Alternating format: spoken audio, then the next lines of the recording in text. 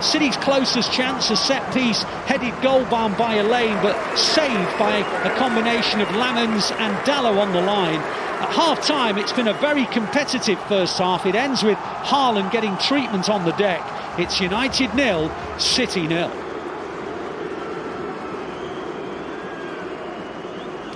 Well, let's go back to the studio and we can get the thoughts of Kel and Izzy. It's half-time at Old Trafford in the 198th Manchester derby. It's Manchester United 0, City 0. Erling Haaland just making his way off the pitch after a little knock there. Let's just hope all is good and we see him return to the pitch in the second half. So much to dig into in that first half. A potential sending off early doors.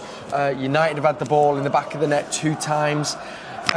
What's your assessment of those 45 minutes? It feels very uncharacteristic from City so far, Izzy. Yeah, it seemed like we were a little bit off it in many areas of the pitch, not connecting enough passes. I think that early one, Dallow on Doku, I think that could have completely changed the dynamics of the game, but apparently it wasn't excessive force, it was just a glancing touch, which is interesting considering Rodri's just been booked for something very minimal.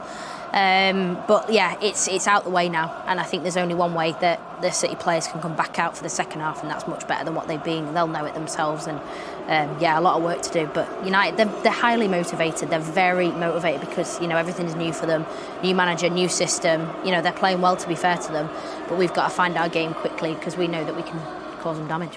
Where do you think, if you were to pinpoint areas you saying I'm kind of missing that final pass? I mean, for me, it kind of felt like we couldn't get to grips with the formation. Is there anywhere else you can place where maybe it's played into United's hands, or why we've maybe just looked a little bit off? Because even, simple, controls of the ball haven't really been on for City players today. Yeah, there's been a few basic things as well, which the players individually will know. Like, they need to come out in the second half better. But I think in terms of, getting Doku and Semenyo 1v1 is so important. And I think they maybe uncharacteristically just looked like in the forward areas, the Haaland, Doku, Semenyo, Bernardo Silva and even Foden, they've looked uncharacteristically like they don't believe in themselves. And it's like, quickly grasp hold of the fact that you are really good footballers. Yeah. Play forward. They've got all the ability to cause United's back four damage, and at the moment United are just dropping in deep like a lot of teams do against us, and it's making it hard, and maybe that's just making us feel a bit uneasy because of the tension, the Manchester derby.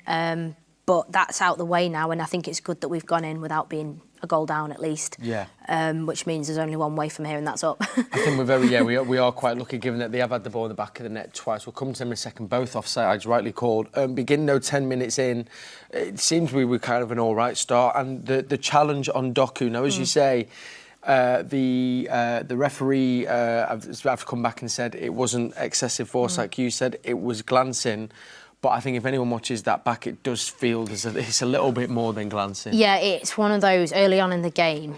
It did look like it was a red card for me, and immediately after we'd seen the replay, I was like, that's a red. But obviously you get the information back from the Premier League. It's not excessive force, it's just a glancing tackle. It's a high tackle, and to be honest with you, I think it sits on the line of lucky for Manchester United's end, unlucky for our end, because if they go down to 10 in the first 10 minutes, the game's completely different. For sure. So, I think that was unfortunate, but we picked ourselves up, we go again. And I feel like we've just not found our rhythm in the game yet. We've not found it yet. It'll come, I hope, but there's players on the bench who I think can also come in and impact this game with energy. Completely. We'll get to what the potential changes could be. Before the 2 goals, I can remember, it feels like United had the better of the chances, really. There was a Maguire hitting the crossbar/post from a corner. Really, unlucky probably not to see that go in. And then they've had the ball in the back of the net twice. I think it was Ahmad and Bruno Fernandes. Talk us through, was it a lapse in City's concentration? Well played from United. They were offside there. Yeah, they were using the space in behind, and our back four, we spoke before the game, like Kushner and Elaine have been, they've been top, Kushner in particular. I just think maybe, in a magnitude of a Manchester derby, are we feeling a little bit rattled by the fact that they're so motivated? therefore putting our back line under pressure. They're trying to exploit the space in behind, which I think makes, logic around playing Mbomo, not Sesko, in the front line for them. Yeah. Ahmad as well has obviously got a threat going forward. So I think just in terms of those two offsides, they were offside, and I think credit to our back four for keeping the line level. Yeah. It was tight. I'm sure there's a lot of City fans out there looking at that back. Yeah, I was as well. We know you were, Cal. But yeah, no, they were tight. But that's honestly, it's just enough of a wake-up call for us to say, like, no more of that. No more of that. We've got to use the ball to dominate and not let them use the space that they want to get into. I think we're going to be able to, if we can have a look at this. So this was the, I think, is that the first one from Ahmad, I think that was? Yeah. And then I think if we can bring up the second one as well. That was probably so close. Ake just being able to get the right side of Bruno.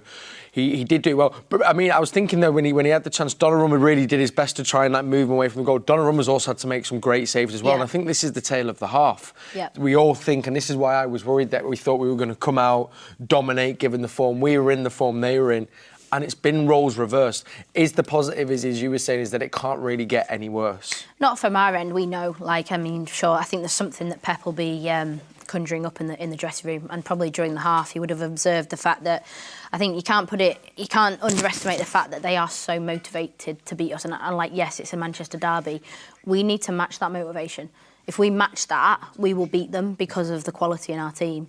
But I think at the moment, the balance has been, they've wanted it more, and sometimes that's what a derby is. We can speak about tactics, stats, until the cows come home, but sometimes it's about wanting it as well. Yeah. And I think if we can match their desire to win this game in the second half, I feel like we'll probably find that goal, that breakthrough goal. Yeah, couldn't agree more with you, Izzy. All right, let's head to Old Trafford then. FG is with Luke Stanley. Let's see what they made of those first 45 minutes.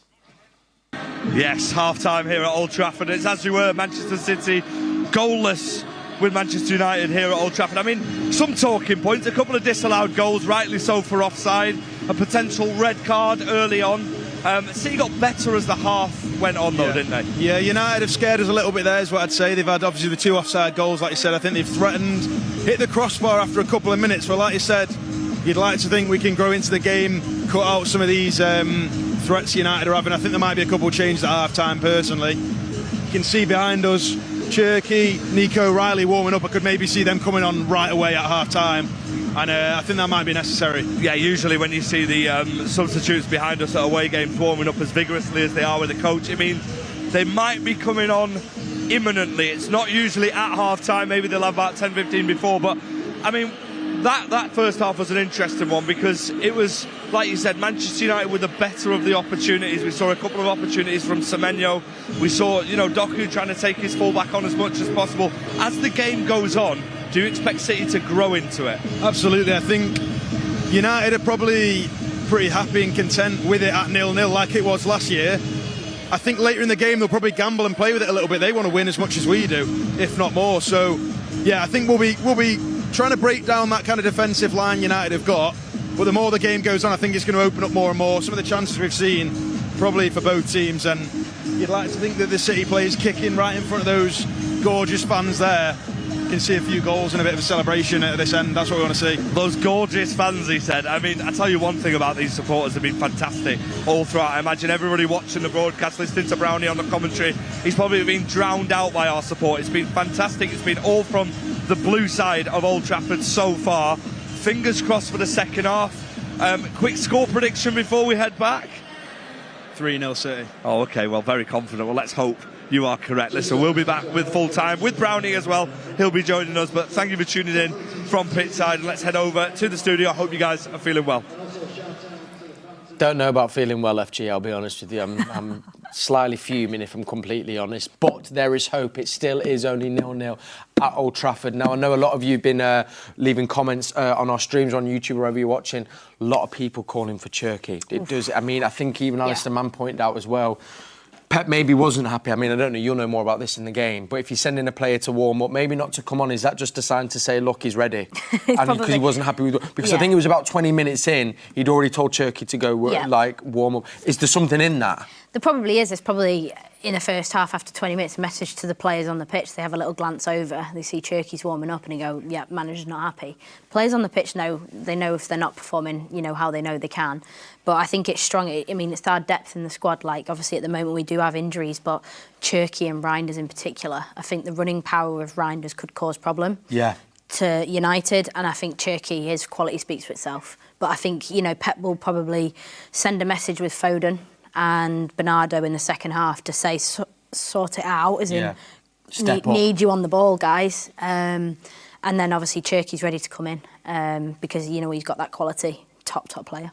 Are they the changes you do? Because obviously, I mean, we looked at the bench. Obviously, there's some young lads on there. You're probably thinking you're not going to see the likes of, Fooney, McAdoo or Divine Mukasey. You have got Reinders on there. You've got Cherki, O'Reilly as well, Ait-Nouri. Something we were talking about. I don't know if maybe you'd change a little bit in defence, maybe to give us something a bit more on that left-hand side for a bit of balance, possibly. Yeah, I think City fans will probably want to see maybe Ait-Nouri on. I think because of his, his ability to get forward. Obviously, Dalot on a yellow card. I think it's over to Doku now to go and get at him for the first 10 minutes of the second half and really put him under pressure, and then have a little look at maybe tweaking it and going, Ait-Nouri might be the guy to come on, and then Doku sort of playing a bit more inside. Yeah. If he can't get any success getting round Dalot, I think it maybe passes the baton over to Ait-Nouri. But if he's on a yellow card, and so's Luke Shaw, in fact, same on the other side, but you've got Semenyo out there. They are, without probably feeling it in their changing room, on the back foot. Yeah. Because we know that we will come out so much stronger than that first half showed. But we've got to find those moments to go forward and have a bit more belief. And what is the conversation there? I mean, obviously, I don't know, when you're in a changing room in such a big game like that, maybe it's not been the best 45 minutes. Do you just leave it? Is it just Pep that will be speaking, or the conversations that are happening between players as well, one-to-one? I think it's difficult because I think City, by our standards at this club, they'll know that performance was so out of character. Yeah. So I think there's probably not much Pep can say in that scenario, and without. He can't say how bad they've been bad, but that wasn't us. Yeah, and they all know they know sort of thing. It's like, right, but how do you get better? So it's all about solutions. Yeah. How are we better? So I think that's where Pep will probably come in with the solutions, and I think the players will rally as well. The leaders in that dressing room, Bernardo Silva, I'm sure Foden will be speaking up, Haaland probably, Rodri. Yeah. But it's one of them where sometimes as a player, you feel a bit. Speaking up in the change rooms after a first half performance like that, you've got to go, well, I'm actually going to take care of myself first. Yes. Because I need to make sure I'm right. And I then got the authority to go and tell my teammate, come on, be better. Yes. So it's probably one of them where you look at yourself first and then look around the room and then you all galvanise and know that the second half, a bit more like a City team. Yeah. And the only other thing I wanted to ask was, Pep spoke about, obviously, it was hard to plan for this game because you don't know what United Carrick are going to do. Having now seen how they've set up, maybe their approach, not necessarily changing formation, do you think we're going to maybe see some slight tweaks from Brett? Because it did feel at times we couldn't get to grips with the game and that United formation and team. I'd like to see Rico Lewis come inside more and compact that middle space a little bit more in possession. I think a bit more from Semenyo in terms of maybe getting a little bit deeper to get on the ball to compensate for Rico coming inside. I'd like to see that a little bit more because I think we can then really destroy their midfield. In essence, it'd look like a 4v3 in there.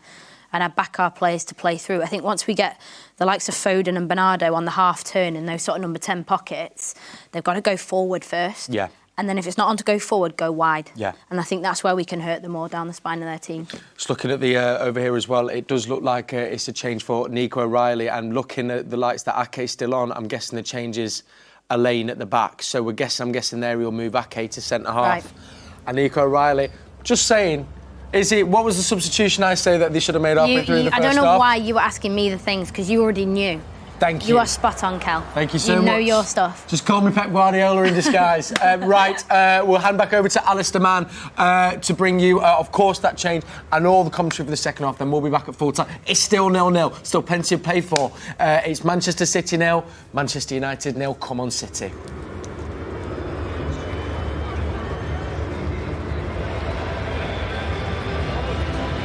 Thank you, Kel. Well, it's actually going to be a double substitution for City. Ryan Cherki is also coming on. Phil Foden has not made his way back out. And O'Reilly's taken the place of a lane, it looks like. So never one to just sit back and let things occur.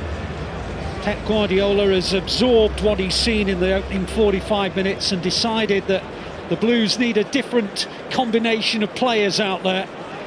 So O'Reilly, we presume, will come on at left back. Ake will push inside to form a partnership with Kuzanov, and Ryan Cherki has taken the place of